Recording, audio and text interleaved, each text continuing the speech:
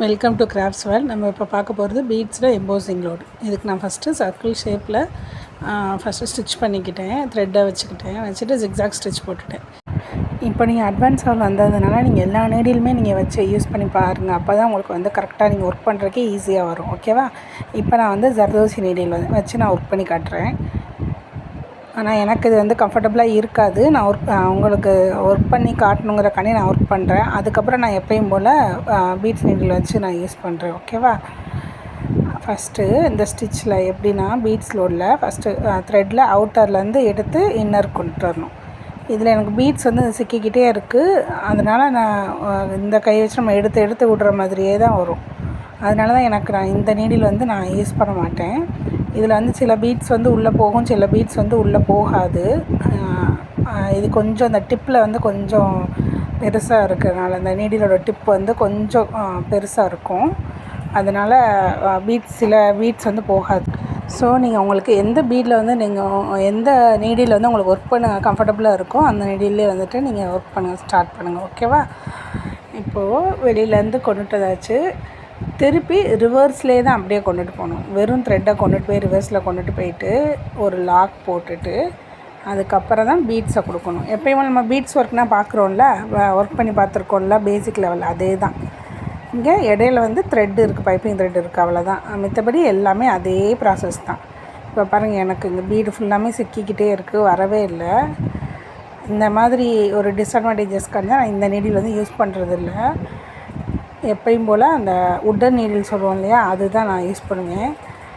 அதில் அது மெல்லிஸாக இருக்கிறான டிப்பு மெல்லிஸாக இருக்கும். அதனால் வந்து எல்லா பீடுக்குமே நம்மளுக்கு வந்து அதில் உள்ளே போயிடும், அந்த நீடிலுக்குள்ளக்க.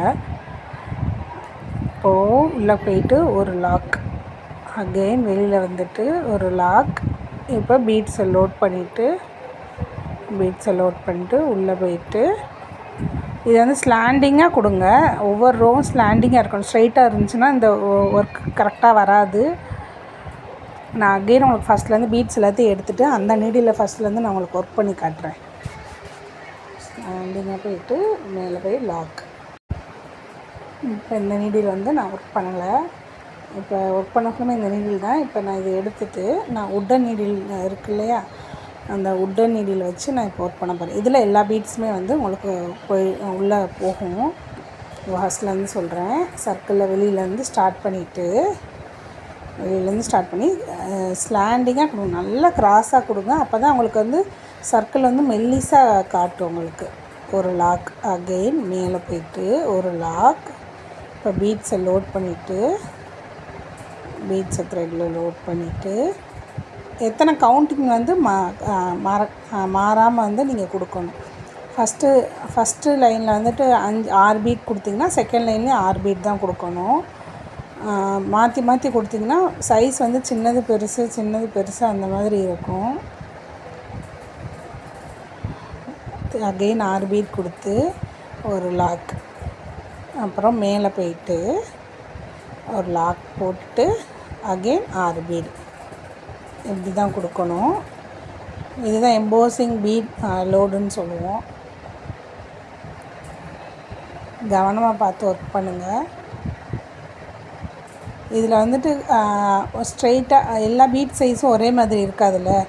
அப்போது சில பீட்ஸ் வந்து கொஞ்சம் சைஸ் பெருசாக இருக்கும், சில இது கொஞ்சம் சின்னதாக இருக்கும். அந்த மாதிரி சைஸஸ் வேரியேஷன் இருக்கிறனால உங்களுக்கு அடர்த்தி வந்து கம்மியாக கூட அந்த மாதிரி இருக்கும். நீங்கள் இப்போது ஒர்க் பண்ணி லோட் பண்ணி முடிக்கும் போதில் அந்த மாதிரி இருக்கும் போதில் உங்களுக்கு ஸ்ட்ரெயிட் லைனாக மாறும். இடையில போகும் போதில் கொஞ்சம் ஸ்ட்ரெயிட்டாக மாறும். கொஞ்சம் லேசாக டர்ன் பண்ணணும்னு நினச்சிங்கன்னா என்ன செய்யணுன்னா 3 பீடு மட்டும் கொடுக்கணும். 3 பீடு இல்லை 4 பீடு. பீட்ஸ் கவுண்ட்டை கொஞ்சம் குறைச்சிட்டு அதுக்கப்புறம் ஒரு 2 ரோக்கு மட்டும் ஒரு பீடு குறைச்சிருங்க. 3 பீடு, அடுத்து ஒரு 4 பீடு, அப்படி குறைச்சிட்டு இப்போ இங்கே பாருங்கள் 4 பீடு தான் கொடுத்துருக்கேன். 4 பீடு கொடுத்துட்டு அதுக்கப்புறம் இப்போ இங்கே இருந்தால் குறைக்கிறனால 3 பீடு மட்டும் கொடுத்துருக்கேன்னா, ஏன்னா டர்ன் பண்ணணும். கொஞ்சம் எனக்கு டர்ன் பண்ணுற மாதிரி வரணும், கொஞ்சம் ஸ்ட்ரெயிட்டாக வர்ற மாதிரி வந்துடுச்சு. அந்த மாதிரி டர்ன் பண்ணணும்னு நினச்சிங்க 3 பீட் கொடுத்துட்டு அகெயின் ஒரு 4 பீட் கொடுக்குறேன். 4 பீட் கொடுத்துட்டு ஒரு லாக், லாக் போட்டுட்டு ரிவர்ஸில் வர்றோம்ல, இப்போ த்ரெட் வர மொத்தத்தில் பெருசாக உங்களுக்கு டிஸ்டன்ஸ் பெருசாக இருக்குது அப்படின்னு ஃபீல் பண்ணிங்கன்னா இடையில ஒரு ஸ்டிச் போட்டுட்டு அகெயின் த்ரெட்டுக்கு பைப்பிங் த்ரெட்டுக்கு வெளியில் வாங்க. ஓகேவா? ஸ்ட்ரைட்டாக வந்தாலும் ஓகே தான். உங்களுக்கு அது த்ரெட்டு நீளமாக போகுது அந்த மாதிரி நீங்கள் நினச்சிங்கன்னா இடையில ஒரு ஸ்டிச் போட்டுட்டு கூட நீங்கள் வரலாம். இப்போ ஒரு லாக் அகெயின் இங்கே இவ்வளோ டிஸ்டன்ஸ் இருக்குது, அதனால் இடையில ஒரு ஸ்டிச் கொடுத்துட்டு வெளியில் வர்றேன் நான். ஓகேவா? இவ்வளோ தான். நல்லா கவனமாக பார்த்து ஒர்க் பண்ணுங்கள். இது நம்ம கட் பீட்லேயும் நம்ம ஒர்க் பண்ணலாம். நீங்களே என்னோடய பேசிக் அண்ட் அட்வான்ஸ் லெவல் ஆரி கிளாஸில் ஜாயின் பண்ணணுன்னு இன்ட்ரெஸ்ட் இருந்ததுன்னா ஸ்க்ரீனில் தெரிய நம்பருக்கு கான்டாக்ட் பண்ணுங்கள். இப்போ நான் இதை ஃபுல்லாத்தையுமே நான் ஃபினிஷ் பண்ணிவிட்டு உங்களுக்கு எப்படி இருக்குதுன்னு சொல்லி காட்டுறேன். ஓகேவா? இதே தான் ஸ்ட்ரெயிட் லைன்லேயும் ஒர்க் பண்ணியிருக்கேன், கட் பீடில் ஒர்க் பண்ணியிருக்கேன். இப்போ ஃபுல்லாத்தையும் முடிச்சுட்டு காட்டுறேன். இவ்வளோ தான். இதுதான் ஸ்ட்ரெயிட் லைனில் வந்து நான் கட் பீட் வச்சு நான் லோட் பண்ணியிருக்கேன். கட் பீட்லேயும் இதே ப்ராசஸ் தான். 4 பீடு இல்லை 5 பீடு அந்த மாதிரி கொடுக்கணும். கட் பீடில் ஸ்டார்டிங் எப்படி ஸ்டார்ட் பண்ணால் ஃபஸ்ட்டு ஒரு 2 பீடு ஸ்ட்ரெயிட் லைனில் எப்படி பண்ணியிருக்கேன், ஃபஸ்ட்டு 2 பீட்லேருந்து ஸ்டார்ட் பண்ணியிருக்கேன். அடுத்து அப்படியே போக போக இன்க்ரீஸ் பண்ணி 6 பீடு அந்த 5 பீடு அந்த மாதிரி ஸ்டார்ட் பண்ணியிருக்கேன். தேங்க்ஸ் ஃபார் வாட்சிங்.